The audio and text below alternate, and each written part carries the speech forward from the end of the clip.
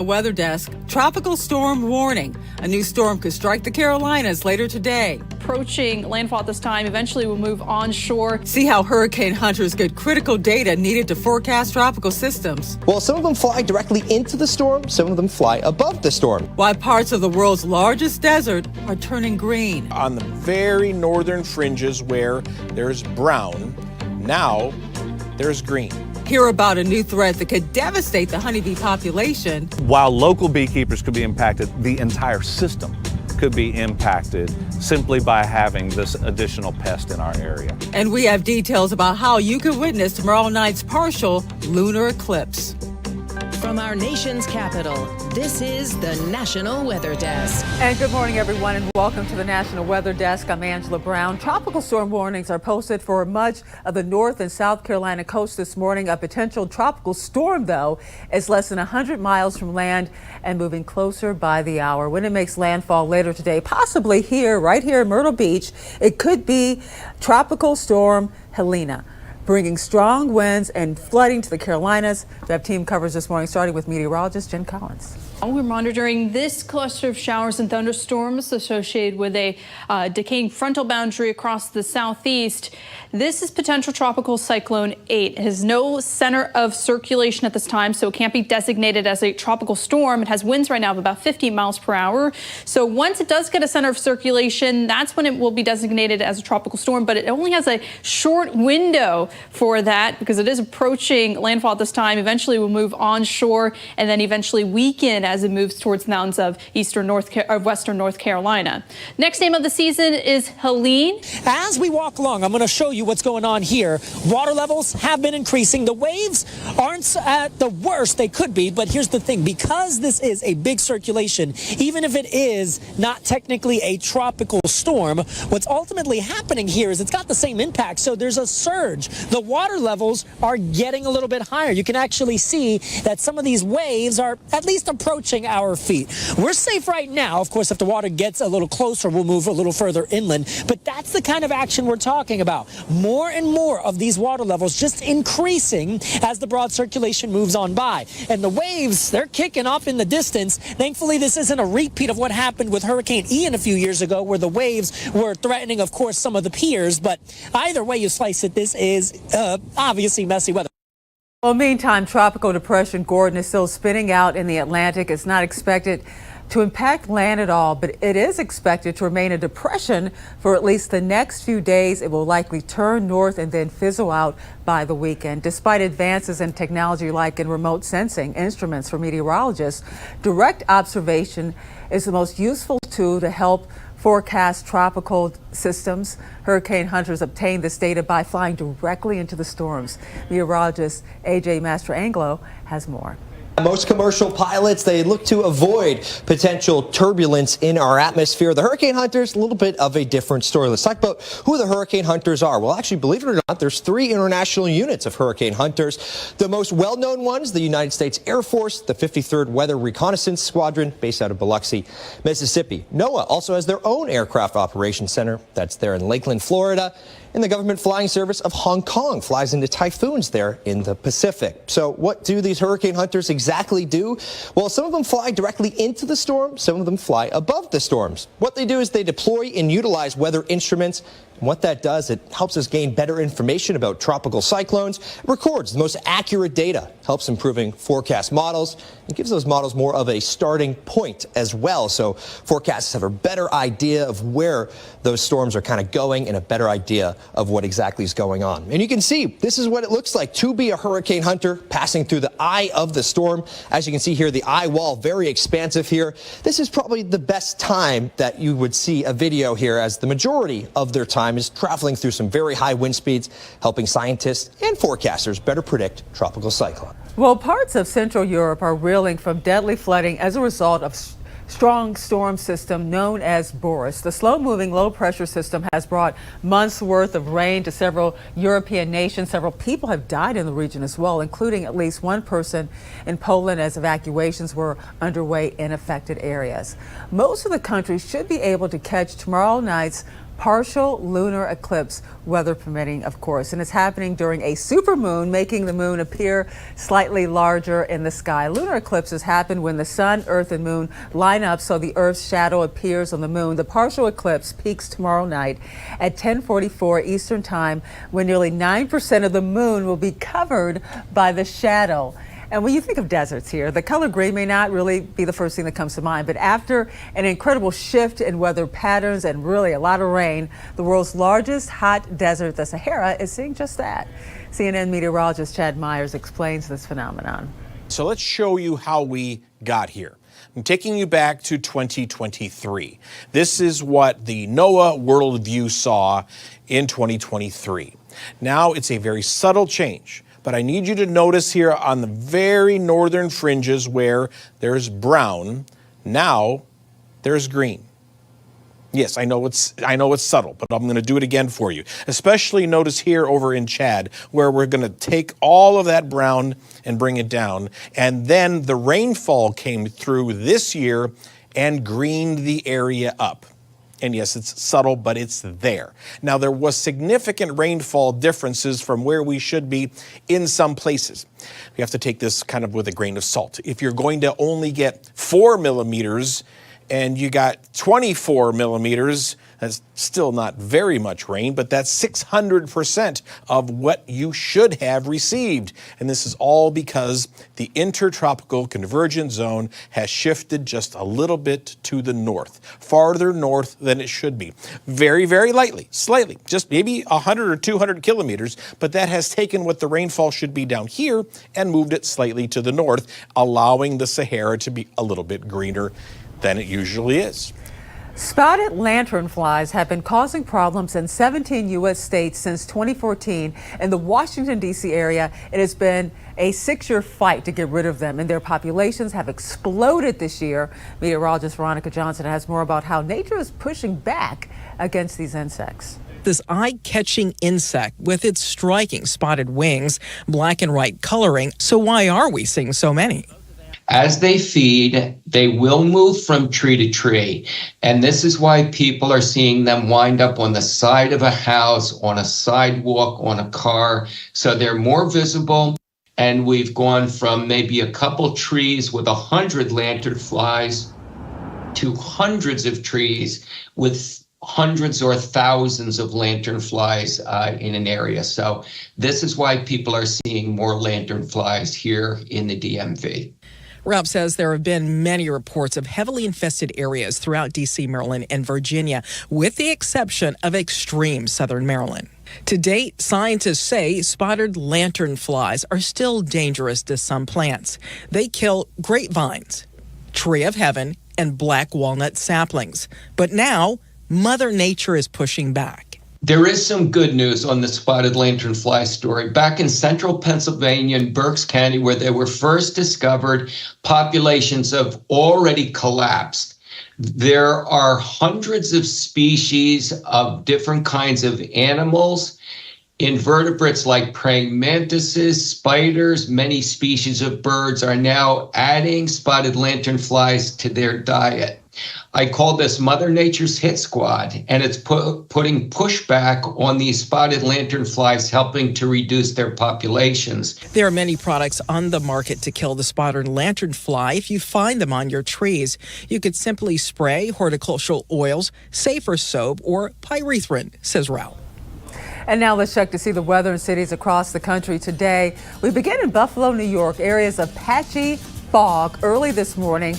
Then mainly sunny to start. A few cloudy skies or clouds in the sky this afternoon with the high in the mid to low 80s. Next, we'll head over to Oklahoma City, where skies will be sunny all day and highs will get in around 90 degrees before dipping into the mid 60s in the overnight hours. And then heading over to El Paso, Texas, where skies are mostly sunny, just a few clouds spotted this morning. Highs today in El Paso will get into the mid 90s. And we're going to finish things off here in Los Angeles, California, and a look at LAX. This morning, you can see some clouds out there will give way to sunshine. Highs will be in the low 70s. And coming up on the National Weather Desk, we'll find out why it's been a record year for tornadoes in the Northeast. And we'll also show you the invasive predator that's posing a major threat to honeybees.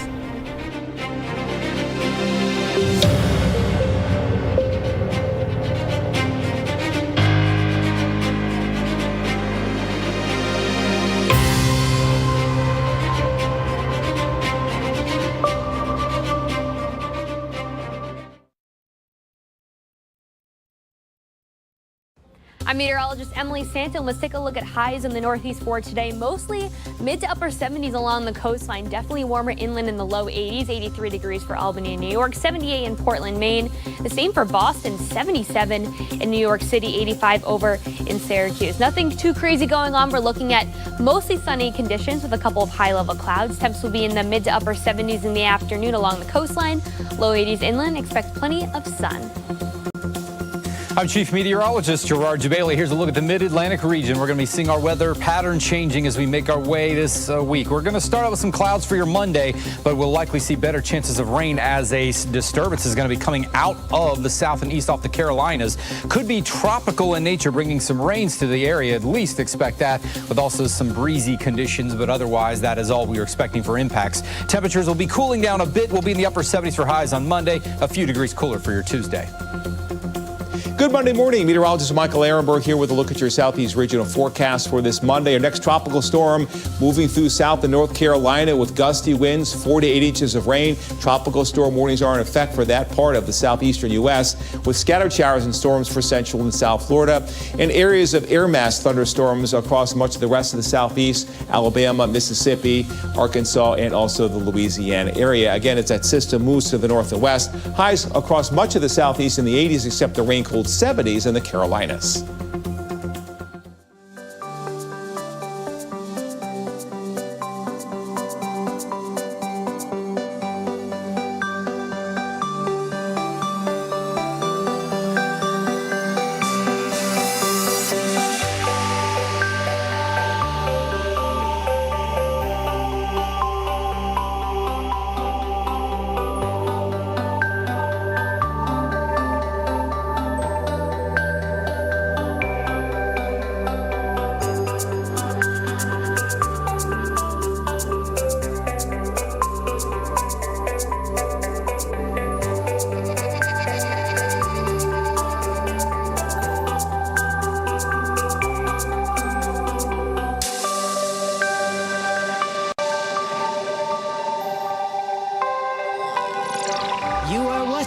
The National Weather Desk.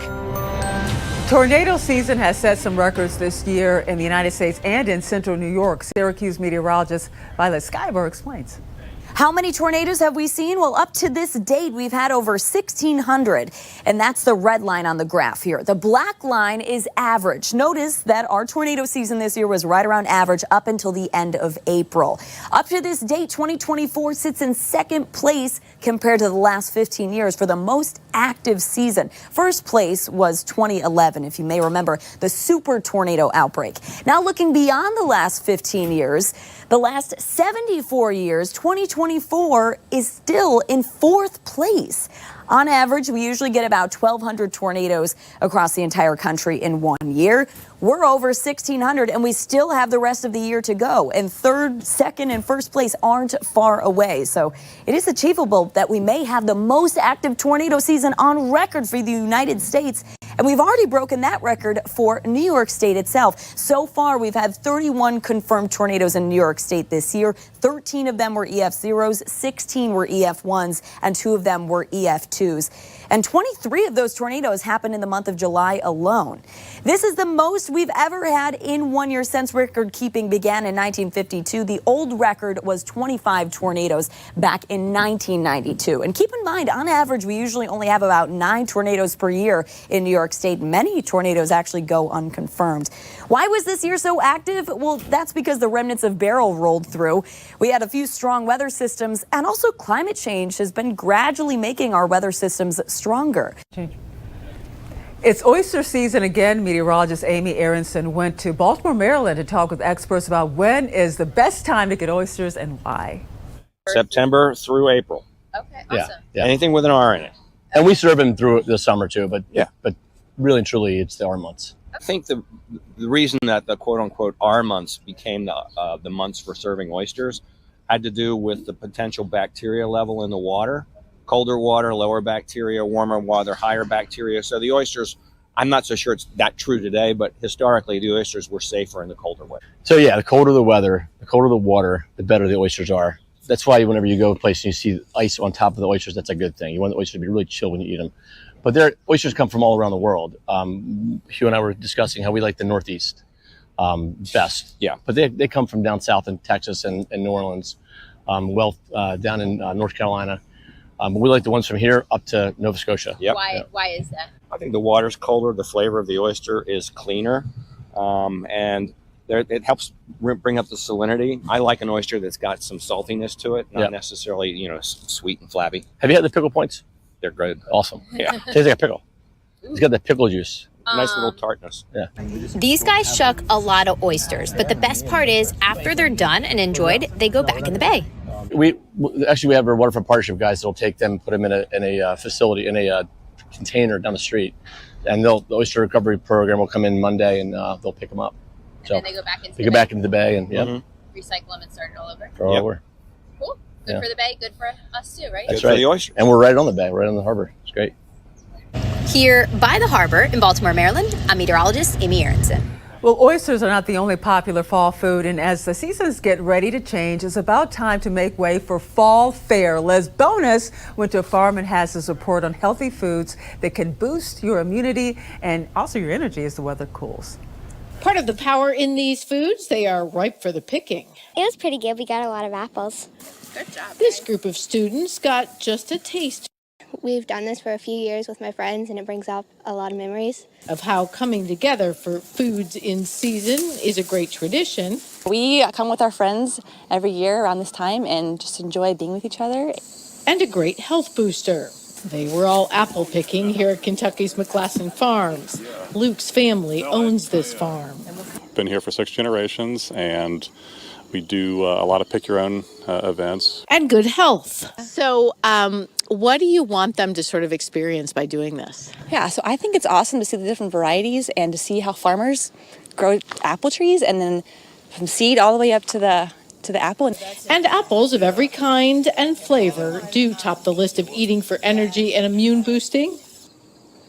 They're like that perfect sense of tart. Wine saps, way to go. They are packed with fiber and natural compounds which fight disease. Pumpkins are the second immune booster.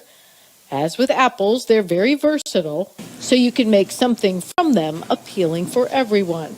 The carotenoids, however, in the orange color make them powerful foods for good skin. Tomatoes also make the good fall food list. They have lycopene in the red color to help your heart. And corn makes the list. The yellow color has lutein, which can help maintain eyesight.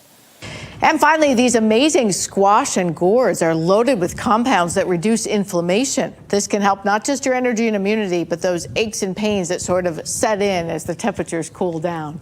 With your health news, I'm Liz Bonus reporting. Beekeeping is not an easy trade, and keepers have to deal with all sorts of issues. But now a new threat looms on the horizon, and if not controlled, it could have devastating consequences on honeybee populations. Mike Owen has more about an invasive predator species that's been killing honeybees. The yellow-legged hornet, the latest threat to honeybees. Honeybees are able to defend themselves in their colony. What this hornet does is instead of going into the colony to attack them, it hangs out and hovers around the entrance, preventing the foragers that are trying to bring food back to the colony from getting in. And that stresses the colony, weakens the colony. Each yellow-legged hornet nest can have populations of 6,000 or more, and they consume hundreds of honeybees a day. They were first found in the U.S. last summer in Savannah. The Georgia Department of Agriculture removed several nests, but none were found in South Carolina. That changed this year. We have now found our first nests. In fact, we are up to 5 nests now. Our Department of Plant Industry, especially our invasive species team, is trapping and tracking these hornets, and when they can find a nest, they remove it and eradicate it. While they pose a threat to local honeybees, they're no more of a threat to humans than a native hornet.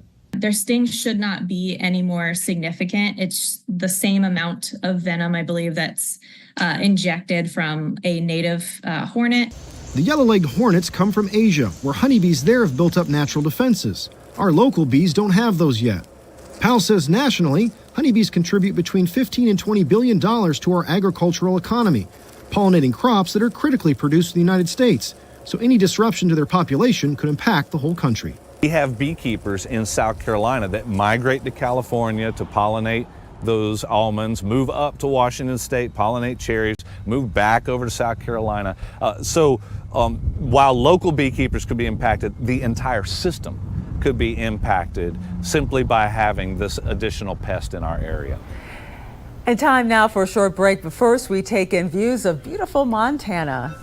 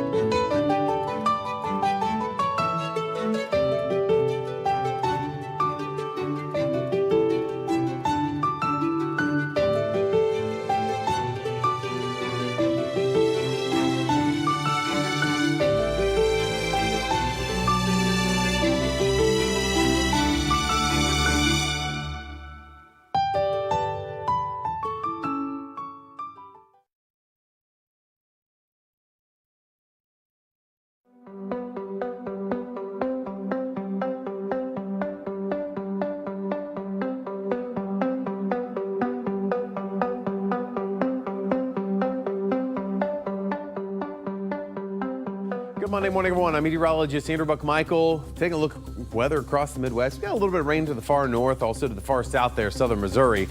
Most of the Midwest pretty dry today, though. We're watching some tropical rain trying to move its way into the Ohio Valley from the Carolinas heading into Tuesday, but a lot of temperatures still in the 80s and 90s for your Tuesday. And again, still seeing a little bit of rain out across the plains on Wednesday, and most of that tropical rain starting to fizzle out by Wednesday, Thursday. Good Monday morning. I'm meteorologist Joe DiCarlo. Look at our forecast across the region. We'll track a few showers across far south Texas near the Rio Grande Valley, and also some showers in and around Little Rock in Arkansas through the day today. Otherwise, it's more of that summer-like heat. Temperatures in the 80s and 90s. High humidity across a good portion of the region for your day today. As we head into your Tuesday, 60s and 70s in the morning, and then we're back in the 80s and 90s for afternoon highs.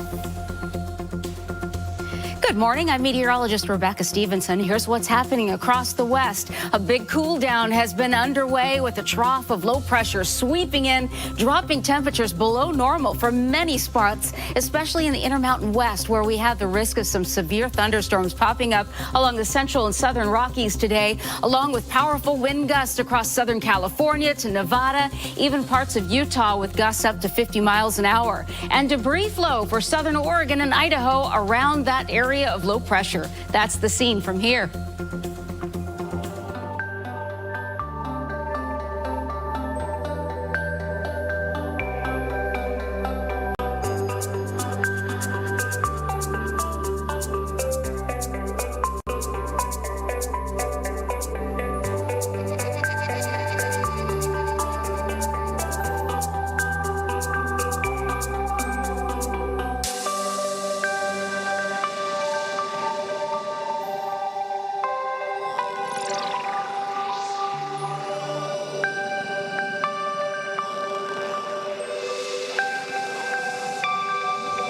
Weather Window, presented by the National Weather Desk. This time lapse shows thick fog rolling in right after sunrise Friday at the Mackinac Bridge in Michigan. Later, it shows the morning ending and the fog lifting, exposing a view of the bridge again.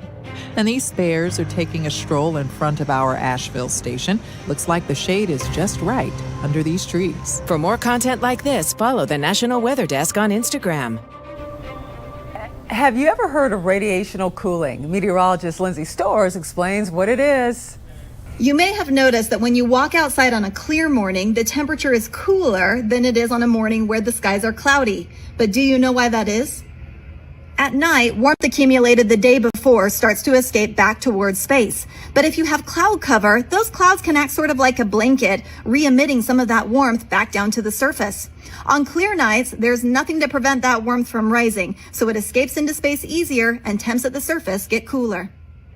You'll really start to notice this phenomenon more this time of year because those nights get longer and that gives the warmth more time to escape into space on clear nights. That's why you get those cool, crisp fall mornings.